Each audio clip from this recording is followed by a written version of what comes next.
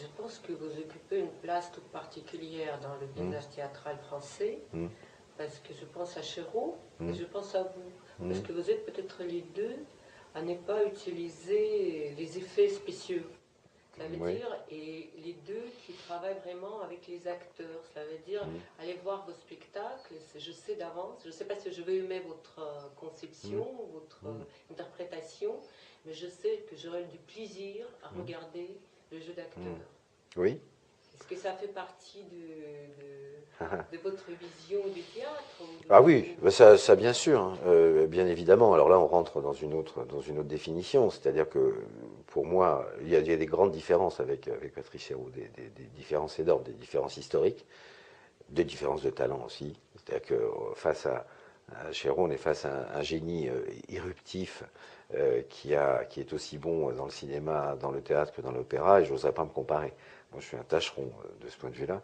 Et puis l'autre différence, c'est que l'achèvement du théâtre chez Patrice Chéreau, du moins de celui qui a fait sa notoriété, s'est défini beaucoup par une acception décorative.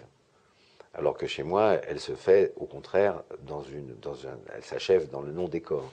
En général, très souvent, mes espaces sont nus et c'est le jeu qui crée l'espace, mais c'est pas du tout le décor, la représentation. Alors que chez Chéreau, sur les grands spectacles, le Massacre à Paris, par exemple, le premier spectacle fait au TNP, on ne peut pas penser le spectacle en dehors de l'apport décoratif. Enfin, il est constitutif.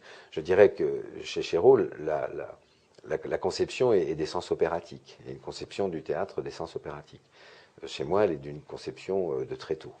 Elle est beaucoup plus dans la précarité alors, de la scène. Alors là où c'est commun, c'est vrai qu'il y a, l'acteur est au centre. Je dirais le théâtre est au centre. C'est-à-dire chez Chéreau, un théâtre qui avance avec ses effets théâtraux, son illusion théâtrale. Et d'une certaine façon, il y a peut-être un maître commun chez Chéreau et chez moi qui, lui, n'achève pas par la décoration, mais par l'acteur. Donc on est deux sont concernés par les acteurs. C'est Strehler.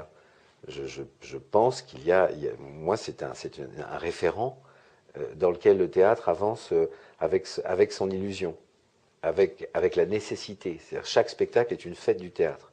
Et la fête se fait d'abord par l'acteur. Alors peut-être chez Patrice Chéreau, dans une conception peut-être plus en crise, peut-être plus psychologique, peut-être plus interne, et chez moi plus externe. C'est-à-dire l'acteur s'amuse avec le théâtre, mais chez les deux, il y a une revendication du théâtre pour le théâtre.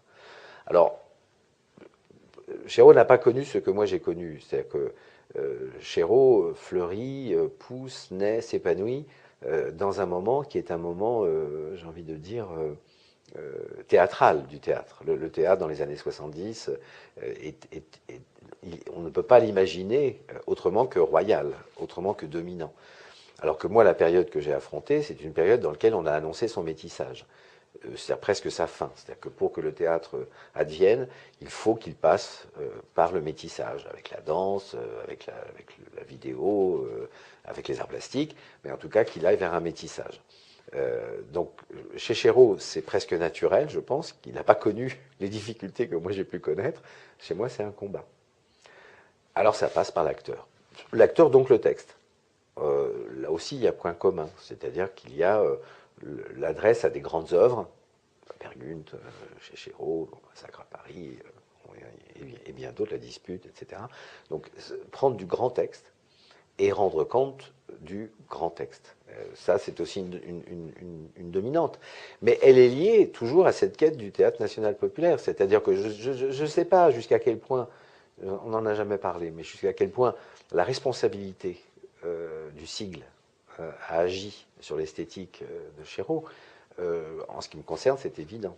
C'est-à-dire que je pourrais très bien, et je l'ai fait parfois, travailler sur des registres qui sont des registres plus intimes, moins déployés. Je pense à Charles Péguy, par exemple.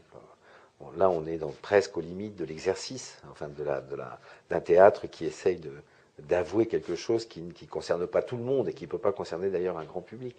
Enfin, je veux dire, une grande réunion de public. Donc, ça existe chez moi, mais quand même, très souvent, j'aborde des grandes œuvres. C'est-à-dire qu'elles sont motrices d'une volonté diffuse dans la population de les voir, de les revoir ou de les réentendre. Et là aussi, l'acteur est central. Enfin, ça, c'est très évident. Oui. Donc, je fais volontairement exprès, parfois, des spectacles dans lesquels il n'y a pas d'effet, de façon à aggraver mon cas vis-à-vis de la modernité. C'est-à-dire de dire, mais je ne veux pas.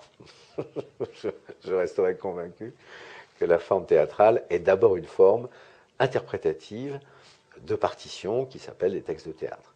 Et pour moi, la question n'est jamais comment dire, quel voyage je vais faire au texte, mais quel voyage le texte va me faire faire. C'est-à-dire que c'est la traversée du texte qui me plaît, mais la traversée de moi-même, plutôt que le faire subir au texte ma propre traversée. C'est-à-dire que je pars avec les acteurs en communauté, d'abord de cette question-là.